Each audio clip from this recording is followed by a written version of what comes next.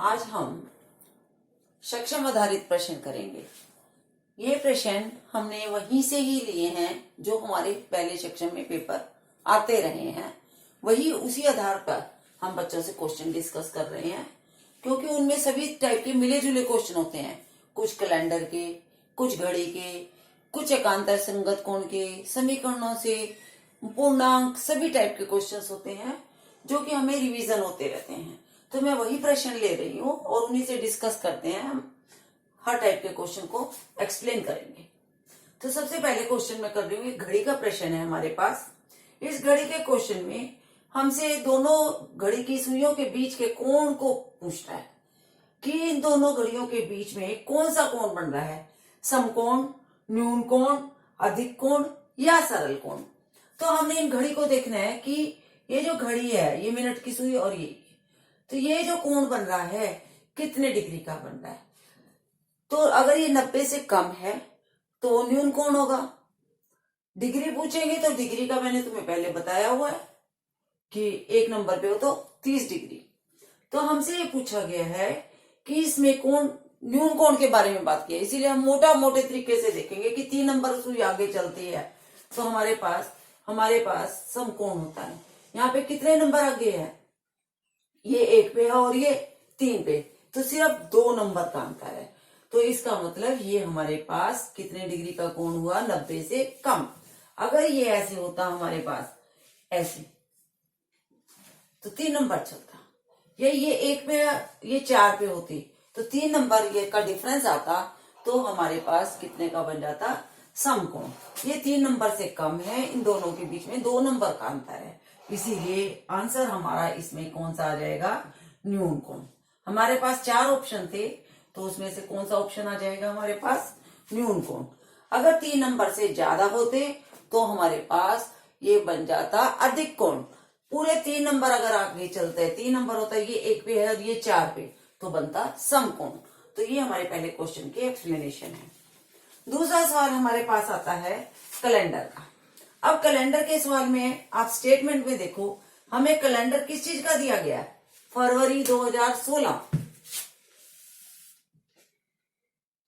फरवरी, इसीलिए ऊपर देखना बहुत जरूरी है। कई बच्चे ऊपर का देखते नहीं और आंसर देने लग जाते हैं। तो हमें कैलेंडर के ऊपर देखो आप, फरवरी 2016 का है और पूछा किसका गया है, 26 जनवरी। 26 जनवरी 2016 का दिन पूछा गया। अब आप फरवरी के कैलेंडर में जब आप देख रहे हो तो फरवरी के कैलेंडर में जनवरी कहां से आएगी, तो आपको अपना दिमाग लगाना है कि फरवरी के कैलेंडर में जनवरी कहां से आएगी। तो इसका मतलब हमें जो 1 फरवरी का दिन था उसको देखेंगे तो फिर क्या हो जाएगा हमारे पास, उससे पीछे हम देखेंगे कि उससे पहले जनवरी कब आई थी, 31 जनवरी, तो उससे पिछला दिन बन जाएगा। तो सबसे पहले जनवरी जो है 26 जनवरी है और फरवरी 1, तो फरवरी का कैलेंडर है, तो आप इसमें 1 फरवरी को देखो। आप 1 फरवरी को देखोगे तो 1 फरवरी को हमारे पास इसमें कौन सा दिन दिखाई दे रहा है, सोमवार। तो कैलेंडर तो सबको देखना आता है, तो 1 फरवरी को कौन सा वार है हमारे पास, सोमवार। तो आपने ये देख लिया। अब आप इससे पीछे चलो। अब आप सोचो कि 31, जब जनवरी की बात कर रहे हैं तो आप 31 जनवरी, पहले तो ये देखो कि महीना जनवरी का जो है 30 का है या 31 का, तो 31 जनवरी यानी कि एक दिन पीछे। जब ये सोमवार है तो इसका पिछला दिन रविवार था। अब हमसे पूछा है 26 जनवरी, तो आप जब छोटी स्टेज पे हो तो दिमाग भी लगा सकते हो। 30 को हमारा क्या बन जाएगा, शनिवार। 29 को क्या बन गया, हमारे पास बन गया शुक्रवार। और 28 को क्या बन गया, वीरवार या बृहस्पतिवार। 27 को क्या बन गया, बुधवार। तो 26 को क्या बन गया, मंगलवार। तो मंगलवार इज द आंसर। कौन सा आंसर हो गया हमारा, मंगलवार। वैसे आप ये सोच सकते हो कि कितने दिनों का गैप है हमारे पास, 1 2 3 4 5 6, तो आप 6 दिन पीछे जाओगे। कितने दिन पीछे जाओगे, 6 दिन पीछे जाओगे। तो आप जब सोमवार से जब 6 दिन पीछे जाओगे तो आपके पास क्या बन जाएगा, मंगलवार। तो ये हमारा हो गया सेकंड क्वेश्चन। नेक्स्ट क्वेश्चन पे हम आते हैं। तो नेक्स्ट क्वेश्चन इसमें है हमारे पास तीसरे क्वेश्चन में हमें ये कहा गया है कि इसमें x का मान बताओ। कई बार ये भी कह देते हैं 3x+2 का मान बताओ, लेकिन हमें क्या कहा है, x का मान बताओ। तो x का मान बताने के लिए हमें ये देखना है कि इसका और इसका कोई डायरेक्ट लिंक है या नहीं। यदि ये लिंक है तो आप डायरेक्ट देखो, नहीं है क्योंकि इसका और इसका कहीं भी हमारे पास ऐसे कोण का हमने डायरेक्ट नहीं किया, हमने ऐसे किया इस कोण का इसके बराबर है। तो हम ये ले आए कि ये कोण 70 है, तो ये कोण भी कितना होगा, 70 होगा। तो जितना ये कोण है उतना ही ये कोण है, दोनों के दोनों कोण आपस में बराबर है। अब हमें पता है ये कोण और ये कोण कैसे होते हैं, जब भी ऐसे हो, सरल युग्म कोण, यानी कि इन दोनों कोणों का जोड़ जो है हमेशा क्या होता है, 180 डिग्री। तो हम यहां से करेंगे 3x+2 + 70 डिग्री बराबर 180 डिग्री, यानी कि 3x बराबर 180 माइनस ये 2 और 70 72 हो गए, इधर आकर के माइनस हो जाएगा, क्योंकि समीकरण हल करने में हम सीख चुके हैं जब कोई बाएं पक्ष से दाएं पक्ष में चीज को लेकर के जाते हैं तो वो उतना माइनस हो जाता है। तो ये हमारे पास बन जाएगा 108 डिग्री। तो 3x बराबर 108 डिग्री, तो x बराबर कितना हो जाएगा, 3 से भाग देने पर, क्योंकि भाग देने पर 3 से बनता है, 3 3 9 3 6 18, तो 36 डिग्री। तो 36 डिग्री इज द आंसर। आप ऑप्शन में देखो 36 डिग्री को टिक कर दो। नेक्स्ट है हमारे पास क्वेश्चन नंबर 4। क्वेश्चन नंबर 4 में हमारे पास माध्य और बहुलक आ गया। अब हम माध्य और बहुलक 7th क्लास में भी है, 8th में भी है, दोनों क्लासेस में हमारे पास माध्य और माध्यक है। तो इसमें हमारे पास स्टेटमेंट है माध्य। अब यहाँ पे बड़े ध्यान की बात है, कई बार हमारे पास एक माध्य बहुलक का क्या बताना है, इसमें हमें अंतर। तो अंतर बताना है माध्य और बहुलक का। तो हमारे पास स्टेटमेंट है 8 3 7 1। तो माध्य हम कैसे निकालते हैं, सबसे पहले आंकड़ों का जोड़ बटा में आंकड़ों की संख्या। तो आप इसमें इकट्ठा सबका जोड़ करोगे, 8 8 और 3 11, 11 और 7 15, 15 और 1 16। देखो 8 3 7 1 2 5 7 और है 9। अब इसमें 8 और 3 11, 11 और 7 18 19 21 5 26, 26 और 7 33 और 9 42। 42 को कितने से भाग करोगे आप, 42 को संख्याएं गिनो, 1 2 3 4 5 6 7 8। कितनी बनी हमारे पास, 1 2 3 4 5 6 7 8। तो 8 देखो आप, पहले एक बार सम को फिर से टोटल करके देख लो कि किसी में भी गलती ना रहे। 8 और 3 11, 11 और 7 18, 18 और 1 19 और 2 21, 21 और 5 26, 26 और 7 33, 33 और 9 42, और बीच में एक 3 भी है, और 3 45। जब 45 है तो हमारे पास 45, लेकिन संख्याएं भी 9 हो गई है। अगर हमारा एक डिजिट छूटता है तो हमें ऐसे काउंट करना चाहिए। तो 45, अब आप इसको भाग दोगे तो कितना आ गया हमारे पास, 5। माध्य कितना हो गया हमारे पास, 5। अब आपको दूसरी चीज है बहुलक। बहुलक क्या होता है, बहुलक वो संख्या होती है जो सबसे अधिक बार होती है, क्योंकि रिपीट होती है जो सबसे ज्यादा। अब इसमें आप डायरेक्टली देखो, 8 कितनी बार है, कम बार है, 3 है 2 बार, बाकी कोई संख्या, एक 7 भी है 2 बार हमारे पास। इसमें 7 भी कितनी है, 2 बार है, और 3 भी कितनी है बार है, 2 बार है। तो इसका बहुलक कौन सा हुआ हमारे पास, 3 और 7।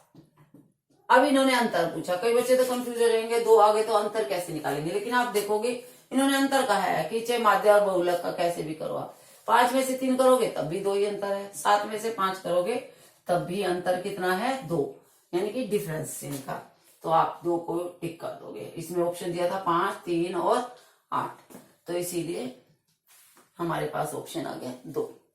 नेक्स्ट क्वेश्चन जो कि बड़ा ही ध्यान से समझने वाला है, नेचुरली ये 8वीं के लेवल के क्वेश्चन ही हैं, लेकिन जो बच्चे 7th से ही एक्सपर्ट होंगे, क्योंकि 8वीं में जो सेक्शन का लिया जाता है पेपर 7th का लेवल भी रखा जाता है, तो 7th से ही बच्चों को एक्सपर्ट होना पड़ता है, फिगर्स को देख करके सवाल समझना पड़ता है। 5वां सवाल है, 5वें में आप देखोगे कि ये फिगर जो बनी हुई है आपके पास, इसके अंदर क्या देख रहे हो कि छायांकित भाग, लेकिन छायांकित भाग देखने से पता नहीं चल रहा कि कितने हिस्से हैं। तो हम इसमें क्या करते हैं, इसको आप डायग्राम बनाओगे, बड़े ध्यान से बनाओ। अब इसका मिड पॉइंट, इसका मिड पॉइंट और इसका मिड पॉइंट को अगर आप जोड़ लोगे तो ये आपके पास 4 बराबर भाग दिखाई देंगे। इसके बाद क्या करो, अगर हम एक ऐसा ऑप्शन है, इसको मिला लेते हैं, तो अब हमारे पास कितने बराबर भाग बन जाएंगे, 1 2 3 4 5 6। लेकिन अभी भी आप ध्यान से देखो, इस वर्टेक्स को इससे लेके जाओ, तो अब हमारे पास कितने बराबर भाग हो गए। ये जो है ना, ये क्योंकि मैंने वैसे ही बनाया, रफली बनाया है इसको, लेकिन जो आपका बना हुआ है उसमें रफली नहीं है, तो थोड़ा सा इसीलिए बनने में ऐसा आ जाता है। जब आप इसको देखोगे कि इसको जब आप बना रहे हो तो क्या दिखाई दे रहा है, ये 1 2 3 4 5 6 7 8 बराबर बराबर भाग हो जाएंगे। क्यों? क्योंकि ये 4 हमारे पास बराबर त्रिभुज थे। जब तक ये लाइन नहीं खींची हुई थी तो एक ये था हमारे पास, एक ये वाला, 2 पहला हमारे पास ये था, दूसरा ये वाला था, तीसरा ये था और चौथा ये था। 4 बराबर बराबर त्रिभुज थे। 4 में से अब आप देखो, इसके भी 2 भाग हो गए, इसके भी 2 भाग हो गए और इसके भी 2 भाग हो गए, तो टोटल भाग कितने हो गए हमारे पास, 8। 8 में से अब फिगर को आप ध्यान से देखो कि फिगर में कौन कौन सा भाग हमने किया है। एक तो ये वाला भाग है, देखो ये इस भाग को कितना किया है, इधर के 2 छोड़ दिए इन्होंने इतने को कर दिया। अब आप देखो कि 8 में से एक हिस्सा हमारे पास ये वाला हो गया, एक ये वाला हो गया, यानी कि 2 हिस्से वाला बीच का तो त्रिभुज पूरा ही आ गया, और जो एक हिस्सा और था ये वाला, तो 3 हिस्से हो गए। तो इस तरह से बन गया कितना भाग, 3/8। काफी मुश्किल सवाल है ये, जिसको समझने के लिए आपको ध्यान से पहले पिक्चर बनानी है और फिर करना है। अगर ये भाग में पूछा जाए तो हम कहेंगे 3/8 भाग, लेकिन हमसे भाग में नहीं पूछा, इन्होंने प्रतिशत में पूछा है, तो प्रतिशत का मतलब गुणा में 100%, तो 4 दूनी 8, 75/2%, यानी कि 37 सही 1/2%। तो ये हमारा आंसर है। तो ये सवाल जो है बड़ा ध्यान से समझने का है, अगर नहीं ध्यान से समझा तो आपको ये नहीं समझ में आ सकता। आप इसकी एक पहले पूरी पिक्चर बनाओगे, सबके मिड पॉइंट्स ले लोगे, फिर आप देखना। ये अब हमारे पास ये 4 हिस्से तो पहले ही बराबर बराबर है। जब 4 हिस्से बराबर बराबर है, अभी आप देखो इस त्रिभुज के 2 हो गए, अब इस त्रिभुज के भी 2 हिस्से हो गए, इस त्रिभुज के भी 2 हो गए और इसके भी 2, तो ये 2 हिस्से तो पूरे ही हैं ही हमारे फिगर में, और ये एक हिस्सा और हो गया। कितने बन गए, 3, तो 3/8। नेक्स्ट है 6ठा सवाल, संख्याओं से संबंधित है। 3 अंकों की एक सम संख्या जो 9 से विभाजित हो। तो सबसे पहले जब हमें ऑप्शन देते हैं तो ऐसे सवालों में हमें ऑप्शन पे नजर रखनी होती है। पहला इन्होंने दिया 369, दूसरा इन्होंने दिया 36, तीसरा इन्होंने दिया 968 और चौथा ऑप्शन दे दिया 306।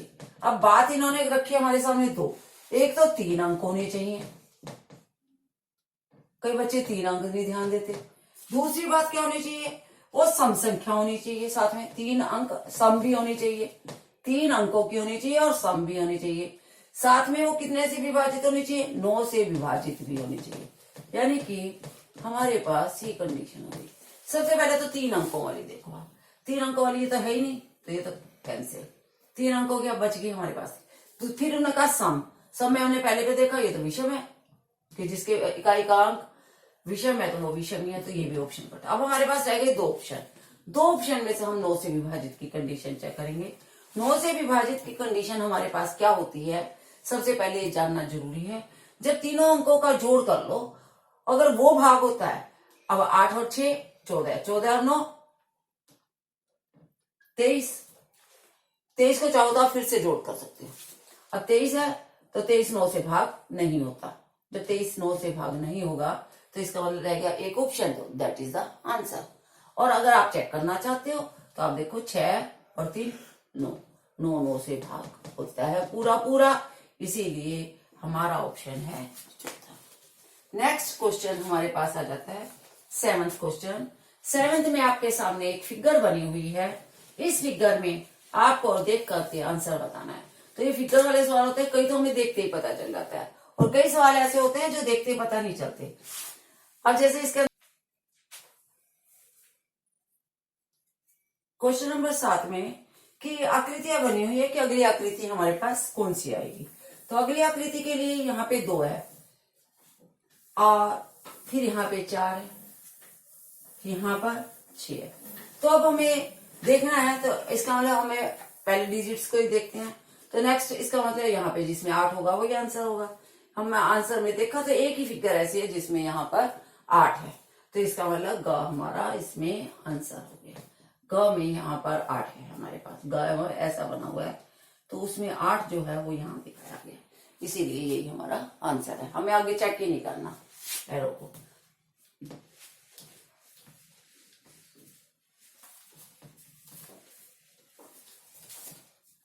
अब एक सवाल नंबर मैं 8 ले रही हूं। सवाल नंबर 8 में हमें क्षेत्रफल बताना है। क्षेत्रफल बताने में मैंने तुम्हें बताया हुआ है कि क्षेत्रफल में क्या है हमारे पास, कोई भी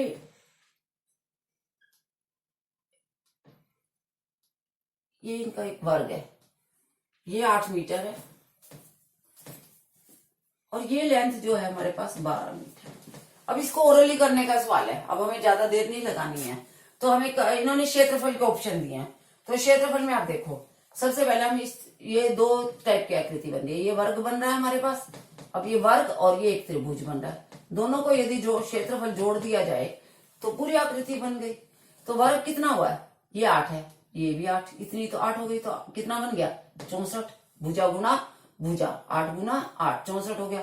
त्रिभुज है, त्रिभुज का फार्मूला क्या होता है बच्चों, 1/2 गुना आधार गुना लंब। अब इसमें ये कितना बच गया आधार, जब टोटल 12 है इसमें से 8 तो चली गई, तो कितना बच गया 4, और ये भुजा वही है, तो 1/2 गुना में 4 गुना में 8 कितना बन गया 16। अब 64 और 16 दोनों को जोड़ दो। अब हमें लिख लिख के करने की जरूरत नहीं है, तो आप ओरली कर सकते हो फटाफट। 80, अब 80 में भी वर्ग सेंटीमीटर, 80 वर्ग सेंटीमीटर, कई बार ऑप्शन में देते भी नहीं है, ये सेंटीमीटर लिख देंगे, 80 वर्ग सेंटीमीटर 1 सेंटीमीटर, तो हमारा बन गया 80 वर्ग सेंटीमीटर। तो नेक्स्ट क्वेश्चन हमारे पास है, देखने में स्टेटमेंट का ऐसे लगेगा कि कितना सवाल है, लेकिन बड़ा ही सिंपल है कि एक नल 1 घंटे में 5 बाल्टी पानी भरता है। 1 घंटा है और बाल्टी कितना पानी भरा 5। कहने का तरीका अलग है, वो 8 बजे भरना शुरू किया और शाम के 3 बजे तक पानी भरा, तो बताओ कितनी बाल्टियां भरी। ये तो बच्चे बड़े शौक से करते हैं कि 8 से 12 तक 4 घंटे हो गए, 9 10 11 12, फिर 3 घंटे और हो गए, कितने घंटे हो गए टोटल 7 घंटे। अब सब बच्चे को पता है 1 घंटे में 5 बाल्टी भरी, तो 7 घंटे में कितनी भरेंगे, 7 गुना में 5 35, तो 35 वाला आंसर हो गया हमारे पास। बस, तो ये आंसर हो गया हमारा ग पार्ट 35 ऑप्शन। Okay students.